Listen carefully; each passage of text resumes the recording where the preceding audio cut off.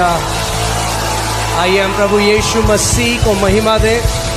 अपने हाथों को उठाएं जहाँ कहीं आप हैं और अपने मुंह को खोलें इस समय और उस परमेश्वर से बात करें, उसकी महिमा करें, उसको वर्शिप करें, उसकी आराधना करें। अपने मुंह को खोलें, अपने मुंह को खोलें। 1 मिनट के लिए हम उस परमेश्वर की जो महान है, जो सिंहासन पर विराजमान है, जिसके समान और कोई नहीं, जो कहता है मैं पहला और अंतिम हूँ, मैं अल्फा और ओमेगा हूँ। देख मैं मर गया था मगर अब मैं युगानायुग जीवित हूँ और मृत्यु की और अधलोक की कुंजी मेरे पास है। वो यीशु जिसका नाम हर नाम से ऊंचा है, उस यीशु नाम को हम पुकारते हैं, उस यीशु मसीह की हम आराधना करते हैं। परमेश्वर पिता आपका वचन कहता है कि और कोई नाम मनुष्य जाति को नहीं दिया गया जिसके द्वारा हम उद्धार पा सके।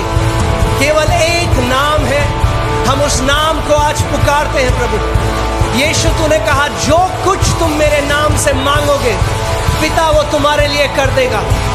आज आपकी जो एक्सपेक्टेशन है, जो भी आप चाहते हैं, परमेश्वर आपके लिए कहे, बोले पिता मैं यीशु के नाम से तेरे पास आता हूं। पुकारिए उस नाम को जो पवित्र है, जो जीवित है, जो सबसे ऊंचा नाम है, प्रभु यीशु मसीह का नाम। हो तू पवित्र है, यीशु नाम,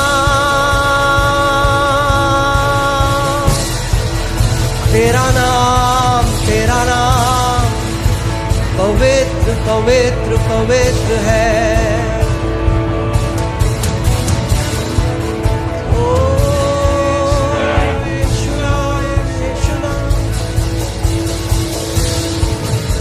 हालेलुया, हालेलुया, प्रेज गॉड। आज बहुत अमेजिंग होने वाला है। आमीन।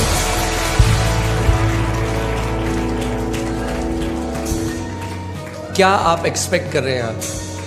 क्योंकि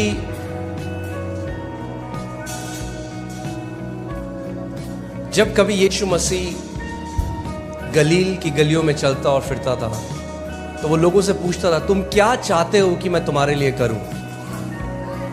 आमीन। तो उन लोगों ने क्या बोला? जो कुछ उनकी एक्सपेक्टेशन थी, जो कुछ वो चाहते थे परमेश्वर उनके लिए करे। और मैं आपको बताना चाहता हूं कि यीशु मसीह आपके लिए वो ही है जो आप विश्वास करते हो कि वो आपके लिए है। अगर आप केवल मानते हो कि वो आपके पापों को क्षमा करता है और आप स्वर्ग चले जाओगे तो आपको पापों से क्षमा मिलेगी। अगर आप ये नहीं मानते कि बीमारी तो होंगी ही, बीमारी शायद परमेश्वर किसी की चंगी करता है, किसी की नहीं करता, तो उसी का फल आप जो है खाओगे। जो कुछ आप विश्वास करते हो, जैसा आप विश्वास करते हो कि जो परमेश्वर आपके लिए है वो ही वो आपके लिए बन जाता है। वो सब कुछ कर सकता है, मगर फिर भी वो लोगों से पूछता था, क्या तुम विश्वास करते हो कि मैं तेरे लिए ये कर सकता हूं? अगर आप विश्वास करते हो कि यीशु मसीह आपके लिए बुद्धि है तो वो आपके लिए बुद्धि बन जाता है। अगर आप विश्वास करते हो कि वो आपकी रक्षा करने वाला है तो वो आपकी रक्षा करने वाला बन जाता है। अगर आप विश्वास करते हो कि वो आपका बोझ उठाने वाला परमेश्वर है तो वो आपका बोझ उठाने वाला परमेश्वर बन जाता है। जो कुछ आप चाहते हो कि परमेश्वर आपके लिए है वो आप उससे एक्सपेक्ट करो आज। आमीन, हालेलुया। एक नई सीरीज हम शुरू कर रहे हैं आज से, जो है पहाड़ों को हटाने वाला विश्वास। आमीन। और मैं ये पर्सनली बिलीव करता हूं कि जब तक ये सीरीज खत्म होगी आप ढूंढ के भी अपने पहाड़ों को नहीं पाओगे। आमीन। आप जानते हो क्यों? क्योंकि आपके सारे पहाड़ समुद्र के अंदर होंगे। आमीन। सो आप बैठ सकते हैं मगर आत्मा में खड़े रहें। आमीन। बाइबल कहती है जागते रहें, सतर्क रहें।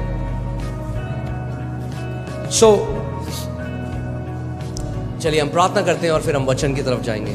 मगर कितने लोग आज यहां पर हैं जो वचन से प्रेम करने वाले हैं? मुझे अपना हाथ दिखाइए। अगर आप अपना हाथ हिलाइए, अगर आप कहें मैं वचन का आदर करने वाला मसीह हूं।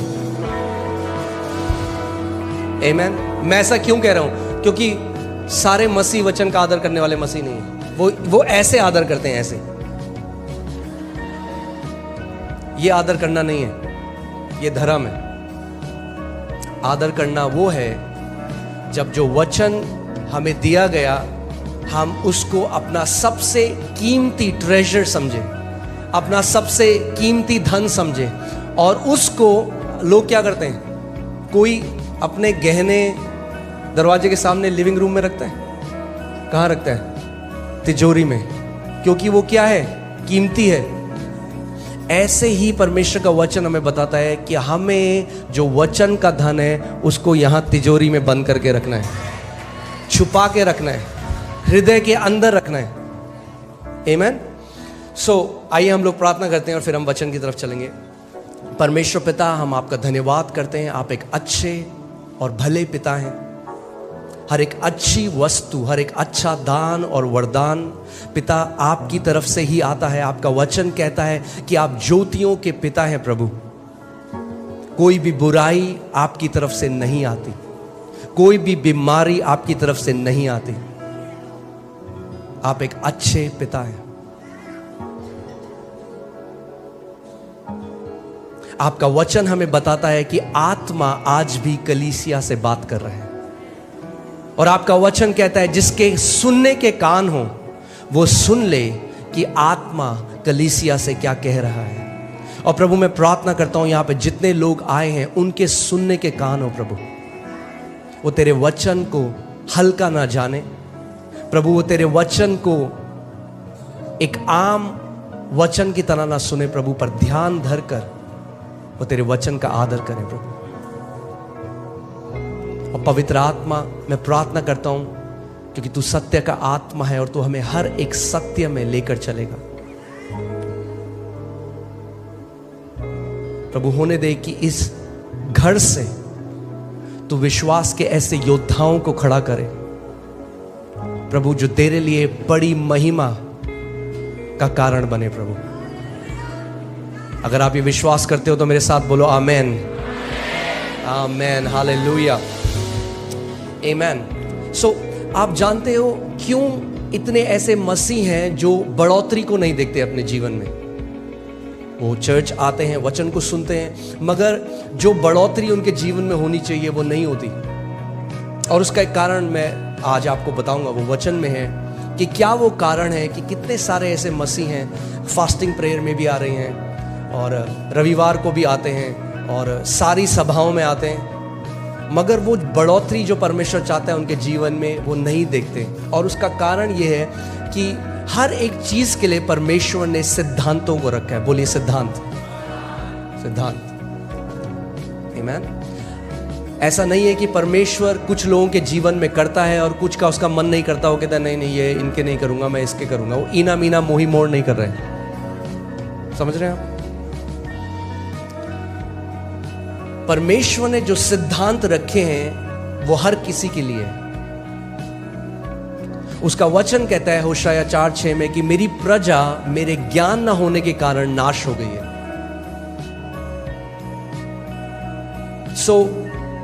अगर हमें परमेश्वर के वचन का ज्ञान नहीं है तो क्या होगा?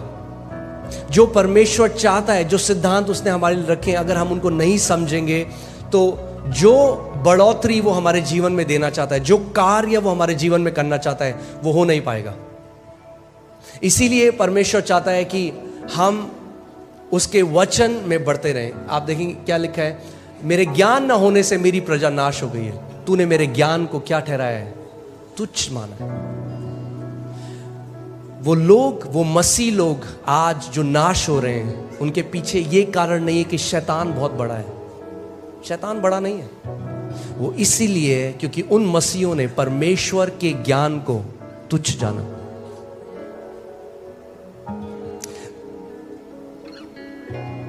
कितने सारे ऐसे मसीह हैं जो सारी प्रेयर मीटिंग में जाते हैं, और अच्छा है, हम लोगों को प्रार्थना बहुत ज़रूरी है, प्रार्थना हमें करनी है, मगर प्रार्थना भी आप, अगर आपके पास सत्य नहीं है तो आप गलत तरीके से प्रार्थना करेंगे और अपने उत्तर से और दूर चले जाएंगे। आप जानते हैं गलत प्रार्थना करने से आप अपने उत्तर के पास नहीं, दूर चले जाते हैं। कितने लोग ऐसे, कितने मसीह ऐसे हैं, उनको उत्तर इसीलिए नहीं मिला क्योंकि उनकी प्रार्थनाएं गलत हैं। इसीलिए हमें क्या करना है, हमें बढ़ना है परमेश्वर के ज्ञान में, उसके डील डॉल में, उस प्रकाशन में जो आत्मा के द्वारा आता है। मेरे ज्ञान न होने के कारण मेरी प्रजा क्या हो गई, नाश हो गई। यानी ध्यान से सुनिए, परमेश्वर की प्रजा नाश हो सकती है क्योंकि उन्हें परमेश्वर का ज्ञान नहीं है। उन्होंने परमेश्वर के ज्ञान को क्या किया, तुच्छ जाना। आमीन। मगर प्रेज गॉड कि आप इस घर में रोपे गए हो। आमीन। परमेश्वर का वचन यिर्मयाह 3:15 में कहता है कि मैं अपने हृदय के अनुसार तुम्हें चरवाहे दूंगा जो तुम्हें ज्ञान और बुद्धि में बढ़ाएंगे। मेरे ज्ञान में, मेरी बुद्धि में वो क्या करेंगे, तुम्हें बढ़ाएंगे। आमीन। और मैं चाहता हूं कि आप ध्यान से आज का वचन सुने, क्योंकि जो कुछ आप अपने जीवन में करते हैं वो इससे ही पैदा होता है। तो मैं आज आपको बढ़ोतरी के लिए बताता हूं। देखिए कितने मसीह ऐसे, उनके कानों में ना खुजली है। क्या है खुजली? क्या है? कुछ नया सुनाओ पास्टर। अरे पास्टर ये तो विश्वास तो आपने ऑलरेडी 12 करके सुन लिया, हमने किताब भी लिख दिया आपने विश्वास के बारे। कुछ नया सुनाओ पास्टर, कुछ नया। हमें कुछ नया रेवलेशन सुनना है। क्या सुनना है? नया रेवलेशन। जो पुराना सुना है उसके फल हैं कुछ जीवन में।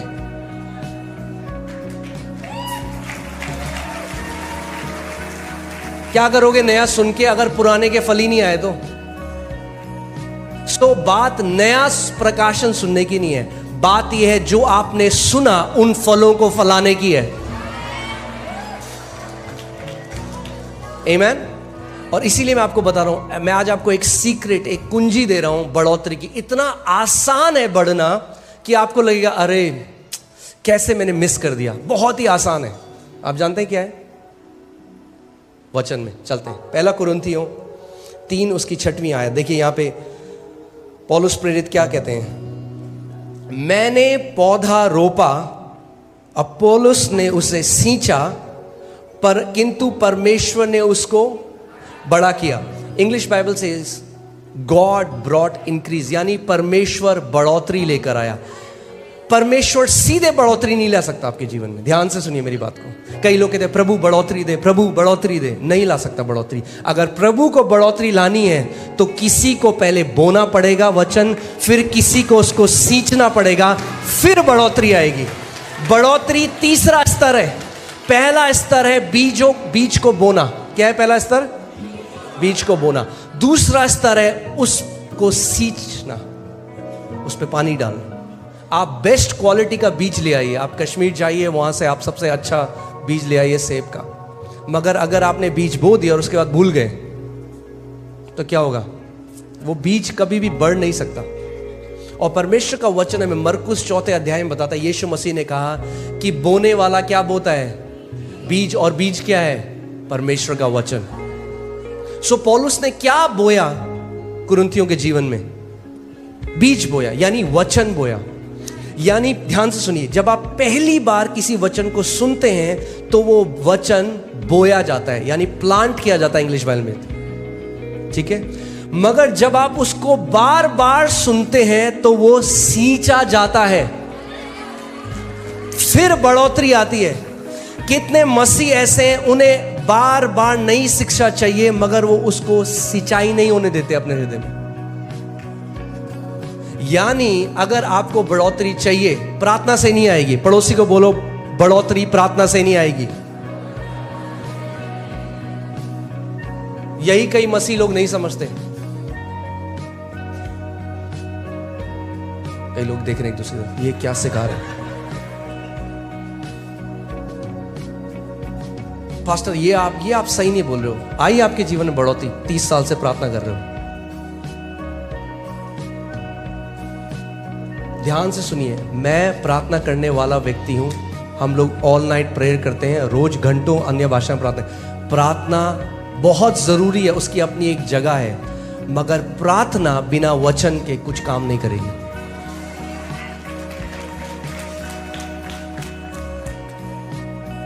बोने वाला प्रार्थना बोने नहीं गया, बोने वाला क्या बोने गया? बीज। आप प्रार्थना के द्वारा आपने नया जन्म नहीं पाया। परमेश्वर का वचन कहता है, पहला पत्रस 1:23, तुमने परमेश्वर के अविनाशी वचन के बीज के द्वारा नया जन्म पाया है। आदि में क्या था? वचन था। प्रार्थना बाद में आई, पहले वचन था। पहले वचन आता है, फिर उस वचन के अनुसार आप प्रार्थना करते हैं। कितने लोगों को समझ में आ रही है मेरी बात? पहले प्रकाशन आता है, फिर प्रार्थना आती है। प्रार्थना बहुत जरूरी है। ध्यान, वो मत सुनना जो मैं नहीं कह रहा हूं, वो सुनना जो मैं कह रहा हूं। मैं नहीं कह रहा हूं प्रार्थना की जरूरत नहीं है, मैं कह रहा हूं प्रार्थना बहुत जरूरी है, मगर पहले हमें वचन का प्रकाशन चाहिए। कई लोग प्रार्थना को कैसे सोचते हैं, वो सोचते हैं कि वो अलादीन के चिराग की तरह है।